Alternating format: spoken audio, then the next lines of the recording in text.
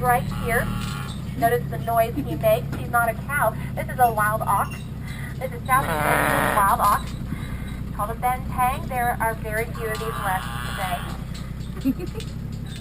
Oxen makes funny noises.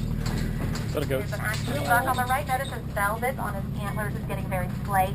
Pretty soon he's going to scrape that velvet off of his antlers because he doesn't need it. And on the left side there's Jeffrey. He's got a bite of grass in his mouth right now. Sometimes giraffes do bend down to eat grass. A majority of their captive diet is horse feed and alfalfa hay. In the wild, the majority of their diet would be leaves up in the tops of most of the acacia trees that live around them. Jeffrey is our adult male, and males would be taller and heavier than females on average. 14 feet tall, standing up, by the way. Reticulated giraffes can sometimes get up to maximum 15 feet.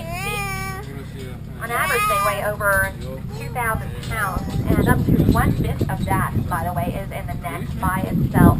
Bella is our adult female. She's the darker giraffe over there. Bella is about 13 feet tall herself, which is average size. Zoe is her daughter. Zoe's 4 right now.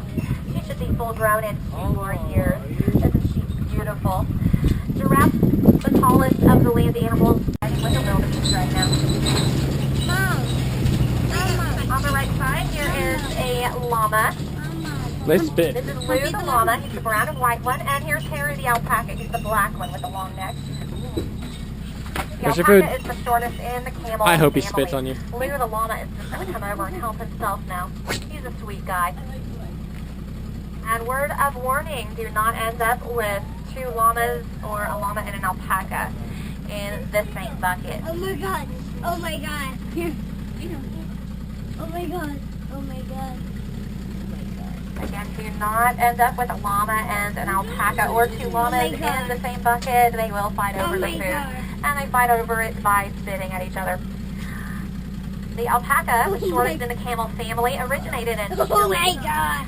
Llamas originally came out of Peru, though.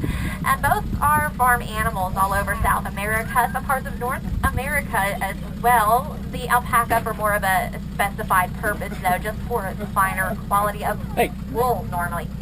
The llama, though, the llama is a very general farm animal all over South America today. They are kept for their wool, milk, and meat sometimes. And they were domesticated over 2,000 years ago for a completely different purpose. A purpose they're sometimes used for today. They were originally domesticated as pack animals. They are known for being very stubborn pack animals, though, too. The llama is known to sit down if it does not want to move for you. It will not go anywhere without a herd leader, and most males refuse to carry anything over 150 pounds. They will sit down. The ostrich to the left of us here is a boy. That's why his feathers are black. Boys have black plumage, and girls are gray. Very easy to tell apart. Boys are usually heavier than girls, and the heaviest of 4 different kinds of ostrich is the male red-necked ostrich. He on average weighs 300 pounds. Well, this is a 300-pound bird right here, male red-necked ostrich from South Central Africa. I think he's just playing with the food at this point. That's enough. Yep, he was. That's enough. These birds do have long wing feathers, but they are not for flying. These birds are not built for flying, and they do not put their heads in holes. That's a myth. They are, though, the fastest on 2 legs, and that's something. The female.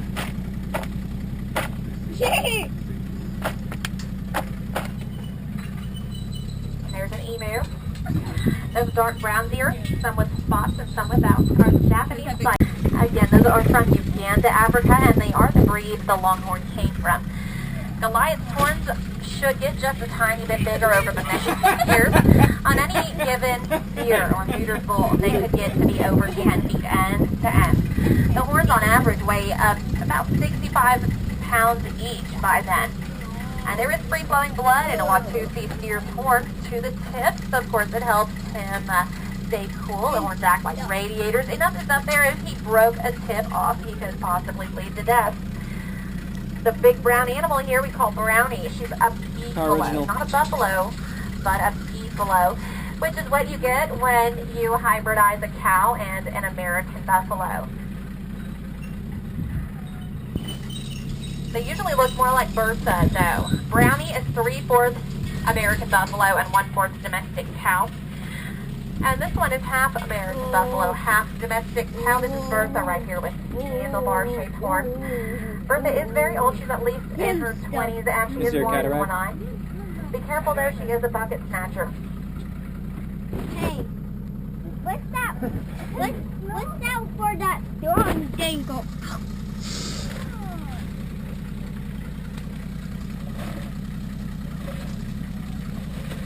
Alright, you're losing all of your food. People keep these in many Asian and non-Asian countries today. They're mainly kept for their milk. They say it's the richest of any land mammal, and it's often made into cheeses, yogurts, and custards. Popular around the Mediterranean for their traditional mozzarella. Asian swampwater buffalo can be used for work animals, for being work animals. In remote villages throughout Asia, they're even used for a source of transportation to go between villages. They can ride one. They are found worldwide as a domestic animal. In fact, they were domesticated as early as over 5,000 years ago, completely out of their habitat. Here we have zebras now, and they won't come up to your bucket. Please do not hold out your hands for them either, because the zebras are known to be very unpredictable. Zebras are known to bite. I wouldn't trust one this close, not as far as I can throw them. This is a cocky young male here, and males are usually the first ones to bite. There are several different kinds of zebra. They're all found in Africa, and you're looking at Chapman zebras. You can easily recognize the different varieties by markings and coloration they might have. Chapman zebras have brown stripes, that is to say. The Chapman zebras have brown stripes, and they have little broken stripes in the middle of lots of their white ones. The baby zebra, just 3 months old right there. What about the That one might be the grand zebra, it's hard to tell. What about this one that's dead over Standing off there? to the left is the baby zebra. He's dead. The grand zebra would have broad black stripes and very white ones in between. Oh, the babies are there. There's another baby zebra sleeping on his side out there. He is younger, he's 3 weeks old. The mother waits over a year to give birth to one baby. Hey, you want some food? Oh yeah. Oh yeah, that's good. Okay. Yeah. Nope. Rejected. Oh.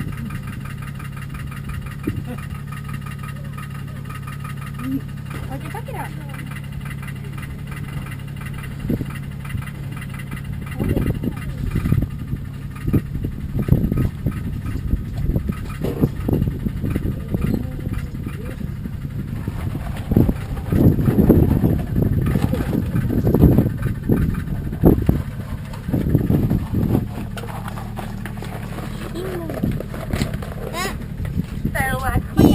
Cleo here. I had some more.